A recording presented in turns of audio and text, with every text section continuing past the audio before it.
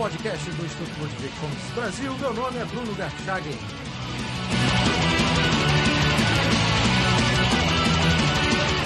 Hoje eu converso com Alex Catarino, Hélio Beltrão e o Biratã Jorge Iório.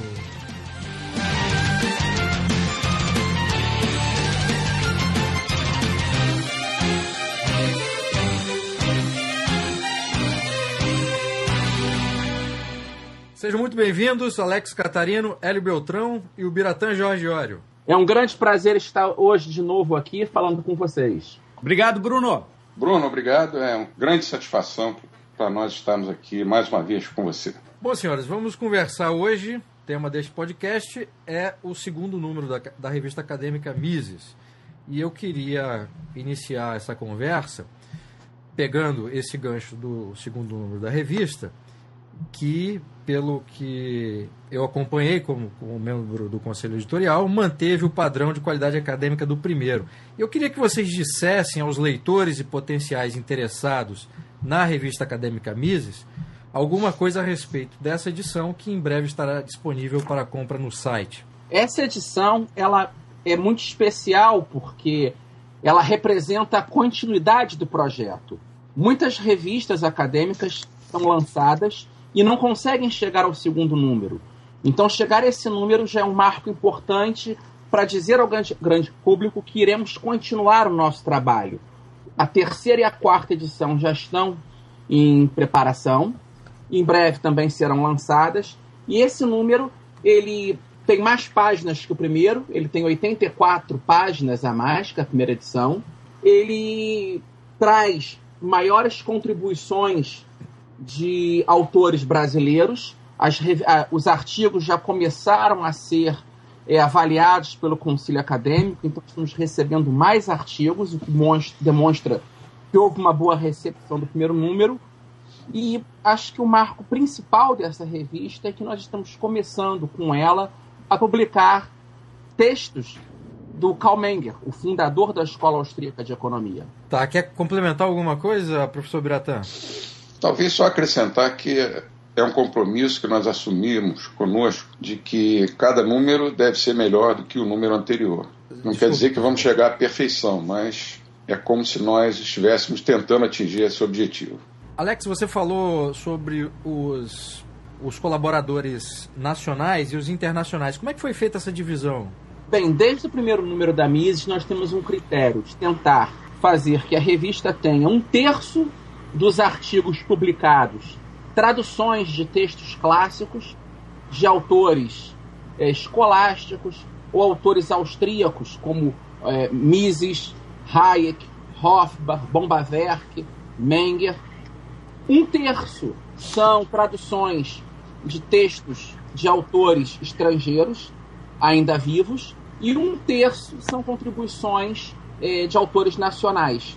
Tá, você citou o Karl Menger, Alex, na sua resposta anterior, e o texto que foi publicado nessa segunda edição, o título é Economia como Ciência Teórica e suas relações com as ciências econômicas, históricas e práticas, né? Por que se decidiu por esse texto especificamente e não por outro? Qual foi o critério utilizado para a escolha desse texto?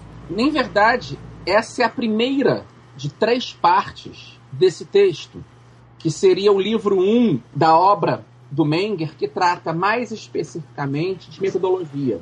Devemos lembrar que a escola austríaca ela tem como um ponto marcante no pensamento dela essa preocupação metodológica.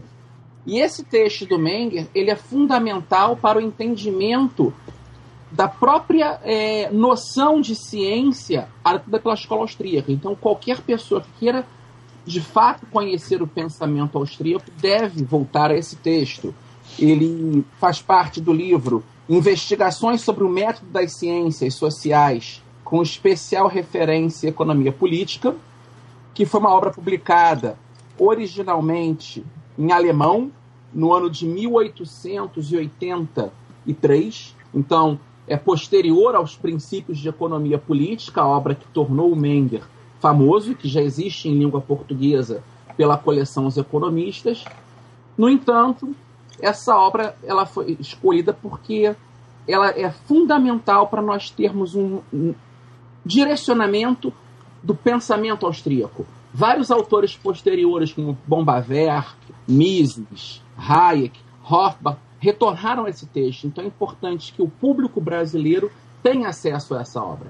Houve alguma preocupação, tanto no primeiro e mais especificamente sobre o segundo número que a gente está tratando agora, para que os artigos escolhidos fossem tematicamente diversificados em suas abordagens, ou se optou por uma abordagem temática predominante de forma a dar uma ideia de pluralidade de perspectivas acerca de um ou dois temas, Alex? Não, a revista, desde o começo, desde o primeiro número, ela procura apresentar o pluralismo.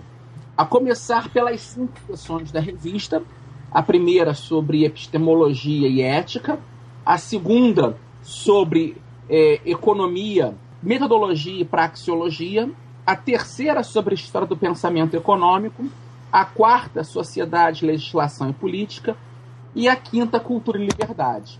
Nessa segunda edição, nós trazemos mais uma vez um texto do Ludwig von Mises, que faz parte da obra dele, Ultimate Foundations of Economics, e é o texto Fundamento Ativo do Conhecimento. Temos um texto original do professor José Manuel Moreira sobre epistemologia e tensões na tradição austríaca, a partir do pensamento de Hayek, e um texto do Hans Hermann Hoppe da economia do laissez-faire, a ética e o libertarianismo, que ele faz uma síntese do pensamento ético do Murray Rothbard e apresenta as próprias posições dele, Hans Hermann Hoppe, sobre a temática da ética libertária. Então aí já uma pluralidade nessa primeira sessão. A segunda sessão de economia, nós temos na parte de metodologia o texto do Karl Menger. Depois temos um texto do Prêmio Nobel de Economia Vernon Smith, no qual ele apresenta a grande influência que ele teve do pensamento do Ludwig von Mises, mas ele também apresenta as críticas de um ponto de vista da economia experimental. Então é interessante para mostrar a nossa política de que a revista não está fechada a críticas. Nós aceitaremos críticas ao pensamento austríaco, desde que bem fundamentados. E esse texto do Vernon Smith é um exemplo. Temos depois um texto do professor Biratã Jorge Ório sobre a grande ficção das falhas de mercado. É um texto fundamental para o entendimento do livre mercado, porque muitas vezes os defensores do agigantamento estatal argumentam que é importante uma intervenção estatal para corrigir as falhas de mercado. E o professor Biratã Iori demonstra que não existem falhas de mercado. É uma ficção, essa concepção adotada por vários economistas. Temos o texto do Robert Murphy sobre o debate do cálculo econômico, um texto nacional do Fernando Ures sobre a definição de moeda. Ele apresenta uma redefinição do conceito de moeda com base na escola austríaca. E, por fim, 2 artigos tratando da questão do empreendedor. Um do Israel Kirzner, que vai trabalhar tentando apresentar o perfil do empreendedor na obra do Mises, e o outro do Adriano Genturro Bulissano, que vai apresentar as diferenças entre as concepções de empreendedor no Kirzner e no Rothbard. E nas outras sessões nós temos o texto, a segunda parte do texto do Rothbard sobre pensamento econômico medieval, a primeira parte publicada no primeiro número. Nós temos mais uma tradução do latim, mantendo essa preocupação em trazer documentos escolásticos que fundamentam o pensamento da escola austríaca. Então nós temos aqui pela primeira vez em língua portuguesa um texto de Johannes Duns Scotus, em que ele fala sobre a propriedade privada, uma defesa feita por um teólogo franciscano medieval. Temos depois um texto original de um autor americano, Wesley Reynolds, que ele apresenta as diversas interpretações de Adam Smith pela escola austríaca. E, por fim, um texto nacional inédito também do professor Christian Edward Cyril Lynch, que é professor da Universidade do Estado do Rio de Janeiro, em que ele vai apresentar a crítica feita por Oliveira Viana ao livro Socialismo de Mises. E é interessante que Oliveira Viana escreveu essa crítica no ano de 1939. Oliveira Viana é um dos principais teóricos do Estado Novo, de Getúlio Vargas, e ele está... É interessante mostrar que ele foi o primeiro autor a ler Mises. É um texto crítico, porque, na verdade, o Christian está escrevendo como Oliveira Viana entendia o problema do liberalismo em sua época. Ele achava que, após a crise de 29, o liberalismo era uma filosofia ultrapassada, e ele viu em Mises uma ameaça. Então, ele tentou refutar esse texto do Mises para que os pensadores brasileiros não lessem Mises e o Brasil não abandonasse o modelo corporativo de Vargas. É interessante que parece que Oliveira Viana, durante muito tempo, foi bem sucedido. Na última sessão, nós temos a primeira parte de um texto do Mises sobre sociedade, depois um texto original do Cláudio Teles Zepeda sobre o modo como Michel de Foucault leu o pensamento austríaco, principalmente as obras de Mises e de Hayek. Depois um texto sobre economia do direito, do professor Mário Rizzo, e um do Murray Rothbard sobre o mesmo tema. E na parte de cultura, um texto muito interessante do professor Paul Cantor sobre o pensamento econômico do poeta Shelley, marido da Mary Shelley, que escreveu a famosa obra Frankenstein. E, por fim, encerrando a revista, um artigo do Caio Felipe sobre as concepções de liberdade no pensamento cultural e político do Mário Vieira de Mello, no qual ele compara esse pensamento do Mário Vieira de Mello com o pensamento da escola austríaca, do Hayek em especial.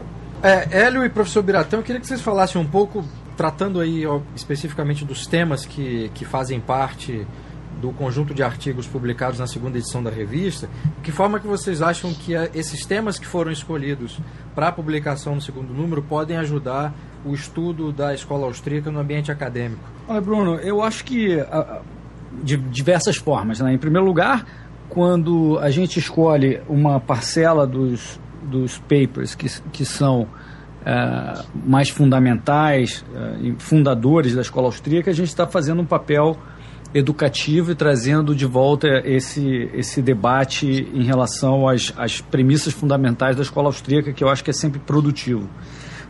Mas o mais importante é que a gente está tentando avançar a ciência econômica com foco na escola austríaca através da publicação de outros textos que provoquem o debate com outras escolas de economia, como, por exemplo, o texto do Vernon Smith que o Alex citou, que é claramente crítico, tem coisas positivas, mas claramente faz críticas ao Mises, né? Então, eu acho que a gente tem um conjunto de artigos que mescla bem essa retomada e discussão das bases fundamentais, que é muito importante, principalmente quando você lê o texto do professor Moreira, que conversa com o Zanotti também, para resolver alguns problemas que, na visão deles, a escola austríaca tem nas bases, né? Então, a gente tem esse texto que contribui com isso.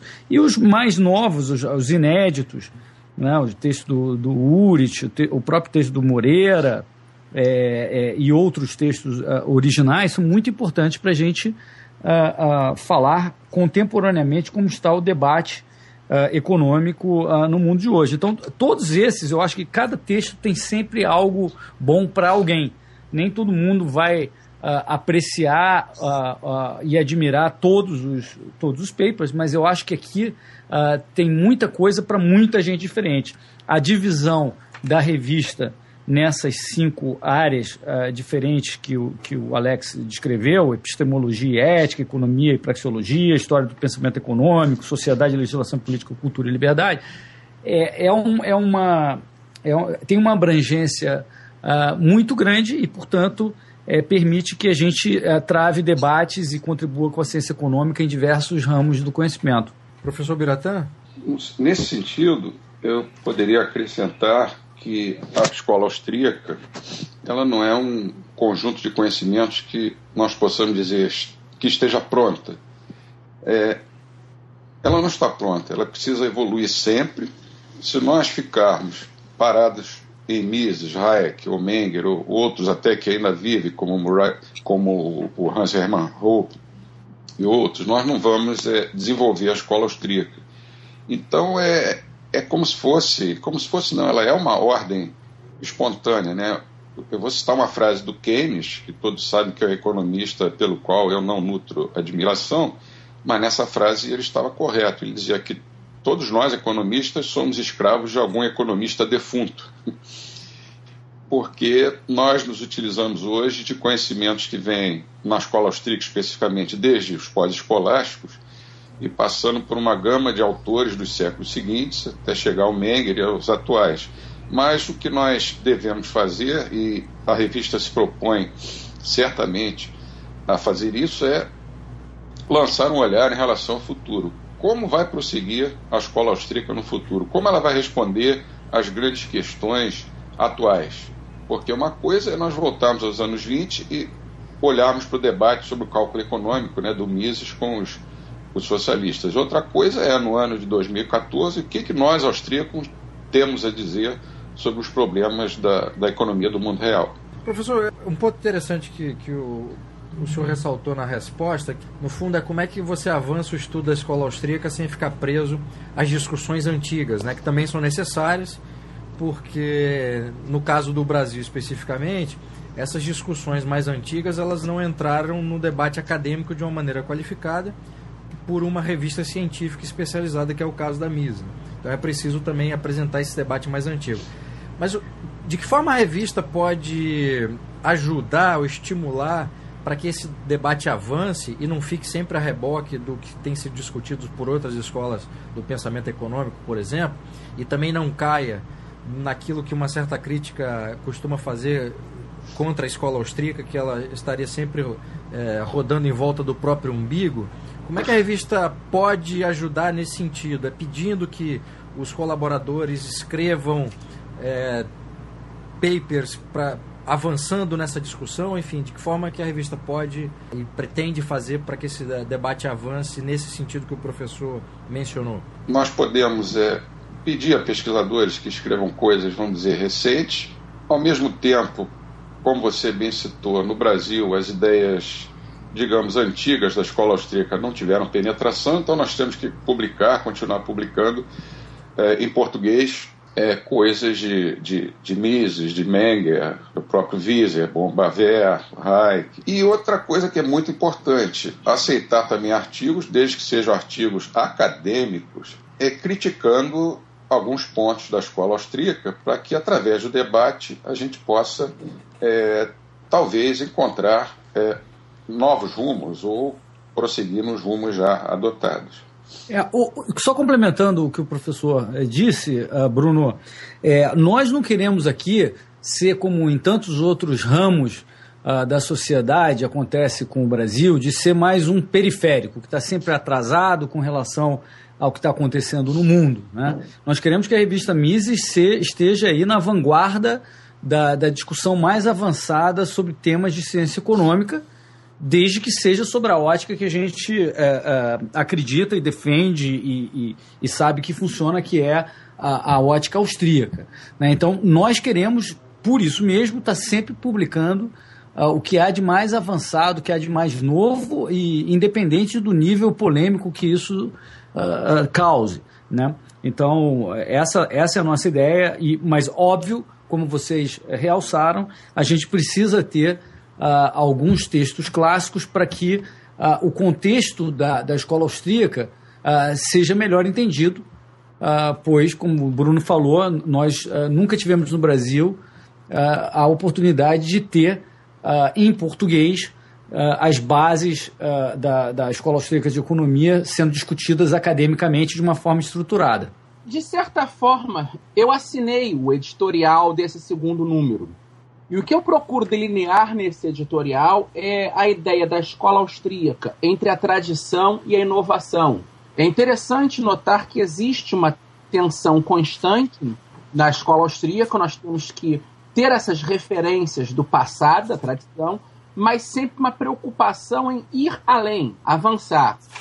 E nós podemos notar em casos específicos como a escola austríaca de fato está na vanguarda em comparação com outras escolas econômicas, como, por exemplo, no caso das análises da desestatização da moeda e o surgimento dessas moedas eletrônicas, como é o caso do Bitcoin, as preocupações sobre sistemas de legislação policêntrica e tantos outros temas que outras correntes econômicas não têm analisado e que a escola austríaca tem dado resposta.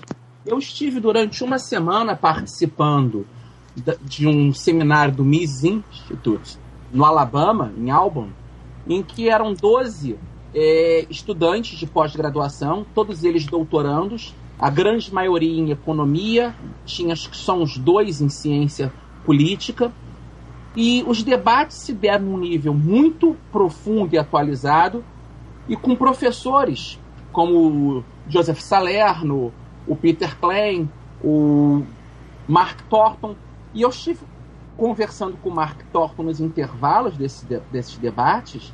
Eu era um dos 4 observadores presentes, e o Mark Thornton tem uma coisa interessante, ele foi um dos economistas que previu a bolha aqui nos Estados Unidos, a bolha imobiliária. E ele conseguiu fazer isso porque o aparato teórico da escola austríaca o permitiu antecipar um problema econômico. E, infelizmente, as pessoas não ouviram aqui nos Estados Unidos. Depois que ocorreu o problema, a imprensa deu espaço para ele, mas ainda há um pouco a grande preocupação em seguir o que o mainstream fala, quando muitas vezes o chamado mainstream está oferecendo receitas que não se adequam à chamada economia real. Então, acho que uma preocupação que nós temos que ter é abrir esse diálogo com esses autores que estão pesquisando. O professor Peter Klein ressaltou muito em conversas nossas a necessidade de termos mais pesquisas atuais, dando respostas aos problemas que nós vivemos na economia real. A escola austríaca precisa ir de encontro e muitas vezes ditar pautas em debates que ainda não chegaram no Brasil. Bom, o segundo tópico daquela minha primeira pergunta, na minha pergunta anterior, melhor dizendo, foi, quer dizer, a necessidade que a revista tem de apresentar debates que já foram realizados, justamente porque esses debates não foram apresentados no universo acadêmico no Brasil de uma forma qualificada e por uma revista científica. Como é que se faz, Alex, professor Biratã e Hélio, como é que se retoma esses debates e de forma qualificada e que esses debates continuem sendo interessantes também para aqueles leitores que já acompanham as revistas internacionais? É muito importante nessa questão dos debates que nós estabeleçamos uma troca, né? Uma troca permanente vamos dizer, uma troca de artigos. Um de nós publica algum artigo sobre um tema atual, no número seguinte alguém escreve um artigo com críticas ao primeiro, 2 números depois, aquele autor que escreveu o primeiro artigo escreve uma tréplica. Eu acho que é assim que a coisa vai avançando de uma maneira qualificada. E quem acompanha as revistas internacionais, eu diria que há poucas revistas internacionais especializadas em escola austríaca, dessa maneira poderá encontrar um material bastante interessante. Eu acho que, além do que o professor Biratã ressaltou, a gente espera, né, e não sei o quanto disso é nosso trabalho, que nossos artigos passem a ser citados, né? Então, para isso, existe um trabalho de divulgação da revista, que pode ser boca a boca, que pode ser simplesmente pelas pessoas que acompanham a escola austríaca, mas o que a gente espera é que através da citação em outros papers, em outras revistas, ou em outros artigos dentro da nossa própria revista, e o uso no meio acadêmico dos nossos papers como referência, isso ao longo do tempo é que vai gerar um debate mais consistente. Está muito no início ainda para a gente ter esse tipo de feedback, esse tipo de ação, mas a gente tem certeza que à medida em que a gente siga publicando, isso vai acontecer. Eu creio que é fundamental nisso também, que os professores que simpatizam pelo pensamento da escola austríaca comecem a utilizar em sala de aula a revista, os artigos. É importante que esses professores também entrem em contato sugerindo temas que acreditam ser relevantes para a revista publicar. Então nós podemos ver com autores nacionais que escrevam sobre o assunto ou textos recentes publicados no exterior que possam ser traduzidos e responder a esses temas. E eu creio que os alunos que estão nos ouvindo aqui, os estudantes de economia, direito, filosofia, ciência política e outras áreas, até procurem dentro das universidades organizar que seja um grupo quinzenal de debate, onde vão ler previamente um dos artigos e debater, porque nós precisamos de traçar estratégias de formação de pesquisadores na escola austríaca. Foi uma preocupação que eu tive conversando muito com o professor Joseph Salerno, do Mises Institute, e o professor Peter Klein, e é um cuidado que nós queremos desenvolver de mais à frente, ajudar na formação de alunos de graduação, alunos de mestrado e doutorado, em desenvolver debates mais consistentes e contínuos para que esses temas possam avançar. No terceiro número, que já está em preparação, vai ter mais uma provocação nossa, que é um artigo do James Buchanan, que ele discute a metodologia da economia, e ele apresenta o que é a metodologia no pensamento clássico, o que a escola austríaca, em especial Mises, traz de novo, para numa terceira parte ele apresentar do ponto de vista da escolha das teorias das escolhas públicas os pontos que ele concorda com o Mises e na quarta parte os pontos que ele discorda. Então acho que é importante esse debate de, assim como Vernon Smith apresenta essa posição crítica, é importante sempre ter isso, e a partir desses textos cabe aos autores nacionais responderem a essas provocações. Quando é que a revista estará disponível para venda no site?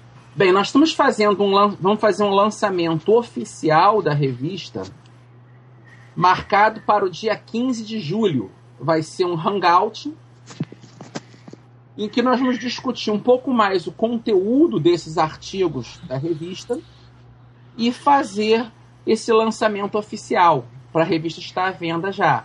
E a outra grande novidade que nós esperamos nessa época também está lançando junto com a disponibilização do segundo número na versão impressa, vamos estar lançando também o primeiro número na versão digital. Saindo dessa segunda edição para a primeira que nós conversamos aqui quando ela foi lançada, qual foi o feedback que vocês tiveram acerca do primeiro número em termos de qualidade, em termos de escolha dos temas? Enfim, queria que vocês falassem sobre a reação, tanto positiva quanto negativa, dos leitores sobre o primeiro número. O feedback foi muito bom de quem a gente teve contato. Obviamente, eu acho que está muito longe ainda do nível de repercussão que eu considero que seja satisfatório para a gente ficar feliz realmente, mas eu acho que em termos da qualidade da publicação, em termos da qualidade dos papers, a qualidade gráfica, tudo isso, eu acho que foi um grande sucesso de feedback. Eu só fico ainda torcendo para que isso venha a ganhar mais corpo em termos de debates na academia, né? A repercussão do primeiro número foi de acordo com o que nós esperávamos. Obviamente, é preciso que a gente alcance um número maior de acadêmicos nas academias, nas universidades, porque eu percebo há muitos anos que de cada 100 professores, 100 não conhecem a escola austríaca. Então, se nós conseguirmos que desses 100, uns 5 pelo menos, leiam a nossa revista, vai ser uma vitória. Depois de 10 anos que dos 100, 10 leiam a revista, até que a escola austríaca venha a competir em igualdade de condições com as teorias da mainstream economics.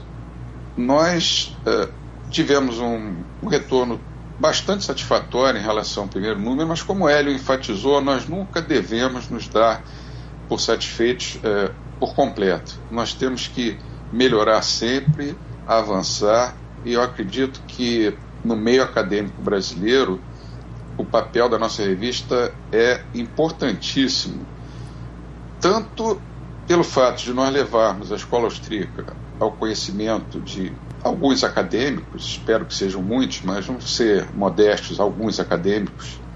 Se forem acadêmicos importantes, é claro, melhor ainda, né? Quanto no sentido de estimularmos o debate, aquele debate sobre o qual nós já falamos, todos nós três, anteriormente. A Mises, ela tem no Facebook um grupo desses grupos de estudos, tem um grupo. O nosso grupo está com 728 membros, então acho que é um número importante. São pessoas que sabem da revista, e é interessante que tem até professores estrangeiros. Um deles é o professor Richard Eblin, que vez ou outra publica até artigos dele nesse grupo. E eu acho que é um espaço que eu pretendo ampliar, porque pode ser um espaço de debate para esses estudantes no mundo virtual, conversar com os autores da revista, tirar dúvidas sobre os artigos e ampliar a formação. A página da revista no Facebook teve, em pouquíssimo tempo, um crescimento impressionante. Ela tem mais de ela tem exatamente 1.457 pessoas que curtiram. É um universo pequeno comparado à página do Mises Brasil, mas eu acho que é um fator importante. Nós vamos ampliar esse canal. Nós pretendemos, em breve, lançar o site da revista, também é um outro ponto importante a ser lançado, provavelmente junto com o terceiro número, e aí nós vamos completando passo a passo essa construção da imagem da revista pública, e investir muito nesses debates acadêmicos. Eu acho que é importante, mais adiante, que os nossos autores vão apresentar conferências nos congressos de ANPEC, ANPOF, ANPU, esses congressos acadêmicos famosos que tem, e é fundamental, nesse sentido, atrair alunos de mestrado e doutorado. Então, uma das nossas metas é transformar a revista num espaço para que professores que estejam vinculados a universidades de prestígio publiquem os artigos, mas também atrair essa nova geração, esses mestrandos e doutorandos, que serão os nossos futuros professores. Muito obrigado pela entrevista, senhores. Obrigado, Bruno. Obrigado, Bruno. Obrigado, Bruno. Obrigado aos ouvintes.